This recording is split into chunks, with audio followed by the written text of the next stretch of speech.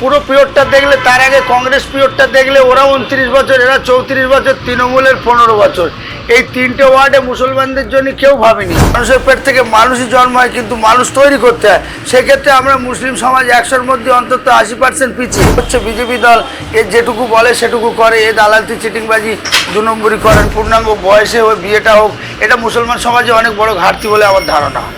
4টে বিয়ে কখনোই ঠিক কেউ পরিচালনা করতে পারবে না। 4টে বিয়ে জমিদারি ফেল হয়ে যাবে।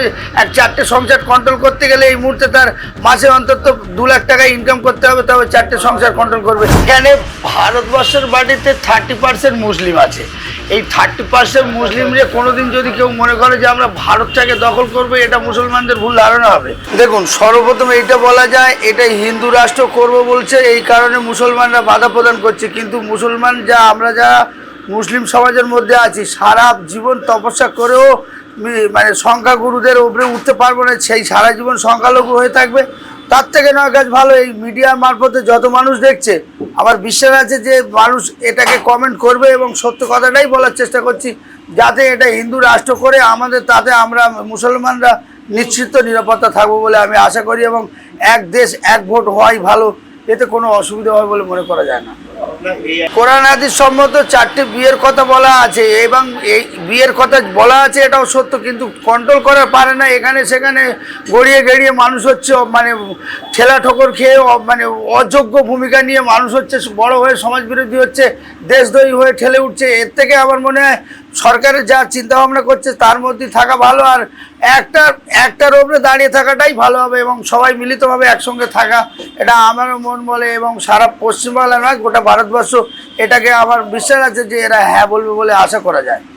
বাচ্চা কাচ্চা মানুষ করলে না, মায়ের পেট থেকে যে সমস্ত সাপের পেট থেকে সাপ হয়, গরুর পেট থেকে গরু হয়, কুকুরের পেট থেকে কুকুর জন্ম হয়, মানুষের পেট থেকে মানুষই জন্ম হয়, কিন্তু মানুষ তৈরি করতে হয়। সেক্ষেত্রে আমরা মুসলিম সমাজ 100-র মধ্যে অন্তত 80% পিছিয়ে।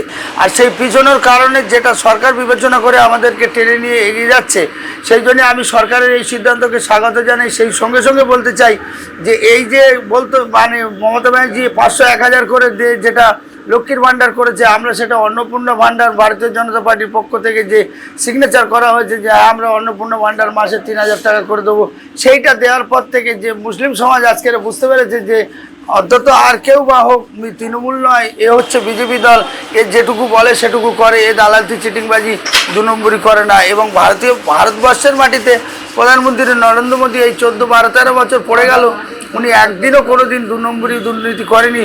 এবং সেই সঙ্গে সঙ্গে উনি যেটা ভাবছে দেশের জন্য মঙ্গল হবে এবং গোটা ভারতবর্ষের জন্য মঙ্গল হবে বলে, এটা আমি বিশ্বাস করে আমার অন্তর্মন থেকে গা খাচ্ছে যে ঠিকই হচ্ছে কাজটা। নওশাদ সিদ্দিকী উনি অনেক কিছু বলবেন। উনি আমাদের ভারতবর্ষের জমিনে ভারতীয় ফৌজ নিয়ে ওনাকে 5 বছর টিকিয়ে রাখা হলো, এবং ওনার সর্ববিষয়ে আমরা গাইড করছি বলে উনি এখন অনেক কিছু সমাজ দেখাচ্ছে। কিন্তু সমাজের যে অবহেলিত, লাঞ্ছিত, বঞ্চিত হয়ে আছে, সেগুলো ওনার কন্ট্রোল করার জায়গা নেই। সেহেতু উনি যেটা বলছে ওনার জায়গা ধরে উনি বলছে শরিয়াত অনুযায়ী, কিন্তু এখানে শরিয়াতের পুরো বিধান মেনে চলতে গেলেই তো ভারতবর্ষটাকে কন্ট্রোলের মধ্যে রাখা যাবে না। যেহেতু এখানে ভারতবর্ষে যদি উনি তাই বলে, সেইভাবে কোনো জিনিসটাই সাফল্য হবে না বলে এটা আশা করা যায়। যেহেতু ভাই সাহেবের এই জায়গার একমত আমার মানে মনে ঠিক হচ্ছে না, ভাই সাহেবের সঙ্গে আমার মতামত। অনার্স মাস্টার নওশাদ সিদ্দিকী ভাই সাহেব একজন অনার্স মাস্টার্স পাস করা মানুষ। উনি জানে না একটা 16 বছর 15 বছরের মেয়ে বিবাহিত হলে তার 6 মাস 1 বছর বাদে তার পেটে বাচ্চা আসলে সেই মেয়ে হসপিটালে গেলে আমাদের যা ডাক্তার, পেট না কাটলে বাচ্চা হবে না।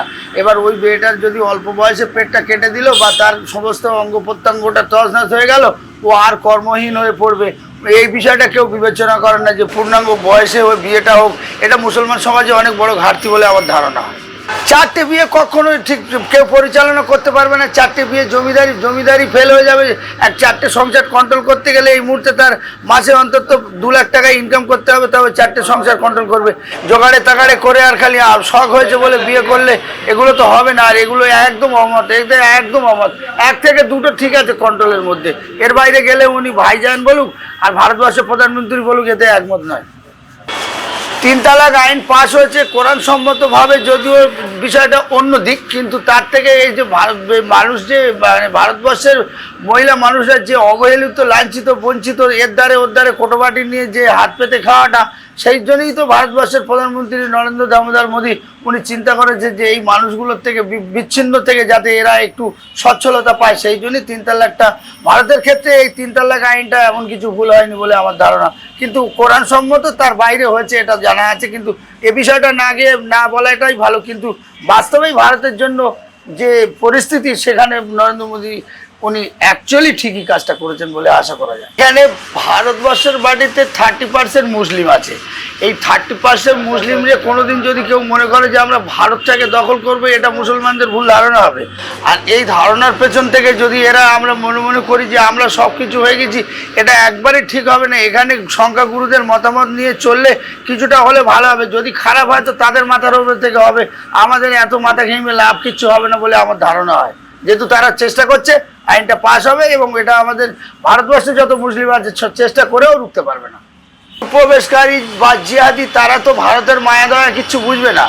ভারত সত্যিকারের যারা ভারতীয় জাতীয় মুসলিম, যারা রাষ্ট্রবাদী মুসলিম, এদের কষ্ট হবে। এদের হক মালটাকে তারা জোর জবরদস্তি করে লুটে পেটে খেয়ে আসছিল, সেটাকে আস্তে আস্তে সরিয়ে দেওয়া হচ্ছে বলে তারা আমাদের সঙ্গে একটা ইগো লড়াইয়ের মধ্যে পড়ে আছে। আর এই কারণেই তারা আমাদের চরম শত্রু, কারণ ঘর শত্রু বিভীষণ বলে, এসে ওরাই আমাদের চরম শত্রু। আর এই কারণেই আমাদের ভারতীয় জনতা পার্টি বা আমাদের দেশের প্রধানমন্ত্রী নরেন্দ্র দামোদর মোদী উনি যে সিস্টেমটার মধ্যে যাচ্ছে, তাতে আমাদের দেশ আস্তে আস্তে 7 নম্বর থেকে ঠেলে 3 নম্বরে এসছে। ওনার মতামতের বাইরে গেলে দেশ এই মুহূর্তে অর্থনৈতিক সংকট মোকাবিলা করে ওটা সম্ভব হবে না বলে আশা করা যায়। মুসলিম সমাজে এই আজ থেকে মানে বামফ্রন্টের পুরো পিরিয়ডটা দেখলে, তার আগে কংগ্রেস পিরিয়ডটা দেখলে, ওরা 29 বছর, এরা 34 বছর, তৃণমূলের 15 বছর। এই 3টে ওয়ার্ডে মুসলমানদের জন্য কেউ ভাবেনি, একমাত্র ভারতের প্রধানমন্ত্রী নরেন্দ্র দামোদর মোদী উনি ভেবেছে। আর সেই ভাবনার কারণে, সেই ভাবনার চিন্তা ভাবনার কারণে আজকের পরিস্থিতি, সেই কারণে একদম স্পষ্ট ক্লিয়ার করে বলা যায় যে তার ভাবনা হিসেবে ডবল ইঞ্জিন সরকার এনি সেই ভাবনার আবদ্ধ কারণে এখানে মুসলমানদের খানিকটা হলেও উন্নতি করবে। এবং